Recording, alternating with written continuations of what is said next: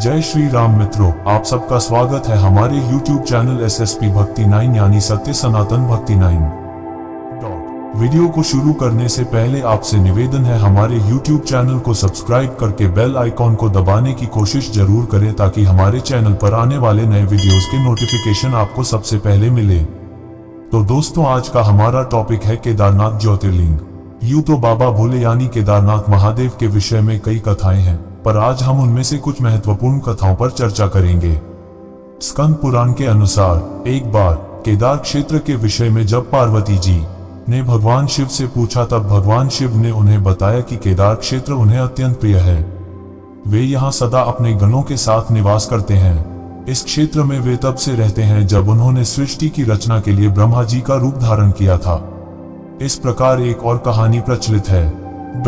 स्कंद पुराण में इस स्थान की महिमा का एक वर्णन ये भी मिलता है कि एक बहेलिया था जिसे हिरण का मांस खाना अत्यंत प्रिय था। एक बार वह शिकार की तलाश में केदार क्षेत्र में आया। पूरे दिन भटकने के बाद भी उसे शिकार नहीं मिला। कुछ देर बाद संध्या के समय जब नारद मुनि इस क्षेत्र में आए तो दूर से बहेलिया उन्हें हिरण समझकर उन पर बाण चलाने का प्रयत्न करने लगा। कुछ देर बाद सूर्य अस्त हो गया था। जब अंधेरा हुआ तब उसने देखा कि एक सर्प मेढक का निगल रहा है। मृत होने के बाद मेढक शिव रूप में परिवर्तित हो गया। इसी प्रकार बहेलिया ने देखा कि एक हिरण को सिंह मार रहा है। हिरण भगवान शिव के गणों के साथ शिवलोक जा रहा है। इस अद्भुत दृश्य को देखकर बहेलिया हैरान था। इसी समय नारद मुनि ब्राह्मण वेश में बहेलिया के समक्ष उपस्थित हुए। बहेलिया ने नारद मुनि से इन अद्भुत दृश्यों के विषय में पूछा।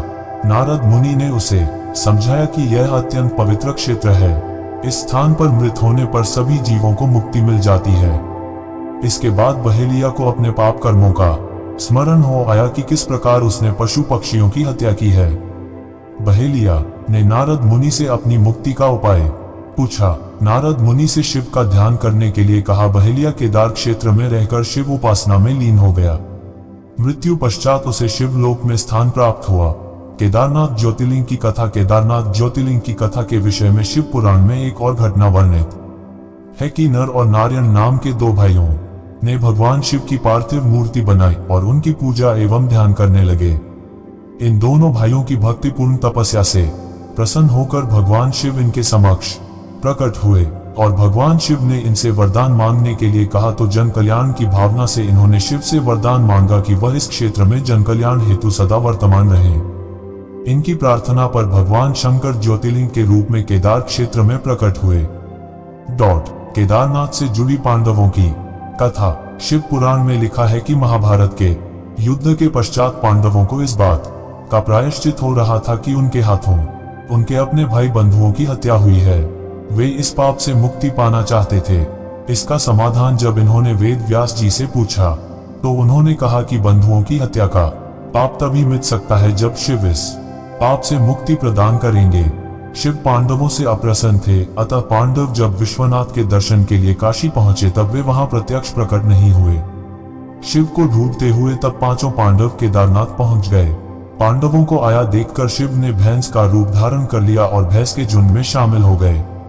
शिव की पहचान करने के लिए भीम गुफा के मुख के पास पैर फैलाकर खड़ा हो गया। सभी भैंस उनके पैर के बीच से होकर निकलने लगे, लेकिन भैंस बने शिव ने पैर के बीच से जाना स्वीकार नहीं किया।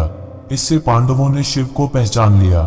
इसके बाद शिव वहां भूमि में विलीन होने लगे। तब भैंस बने भगवान शंकर को भीम ने पीठ की तरफ से पकड़ लिया।